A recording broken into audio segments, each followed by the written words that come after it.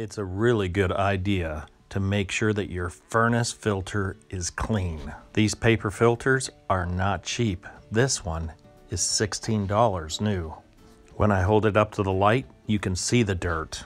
In fact, if you look closely, you can actually see the dirt in the vanes. Dirt will only be on one side of the filter. Air flows in one direction, so you want to look for the dirt at the back of the arrow, not the tip of the arrow.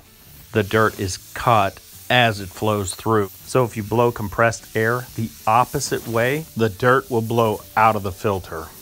If you look closely, you can see the dirt coming out. Just take your time and run the hose through each rib. This won't get your filter as clean as a new one, but boy, it will sure extend it a lot. So you may be wondering, how often should I really change my filter? The manufacturer, of course, will say every month.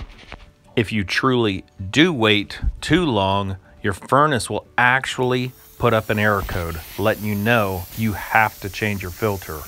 Not every furnace, but a lot of them do. These filters keep the dust away from your motor to make sure the motor in the furnace stays clean. They will also keep the dust out of your house because it traps it in the filter. So how often should you replace your filter? Unfortunately, the answer is when it's dirty.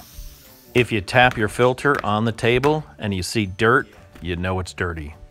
You can certainly use compressed air to extend the filter's life. These paper filters are better than the fiberglass ones because they catch a lot finer dust, which will help if you have allergies. I've been cleaning filters like this for a lot of years.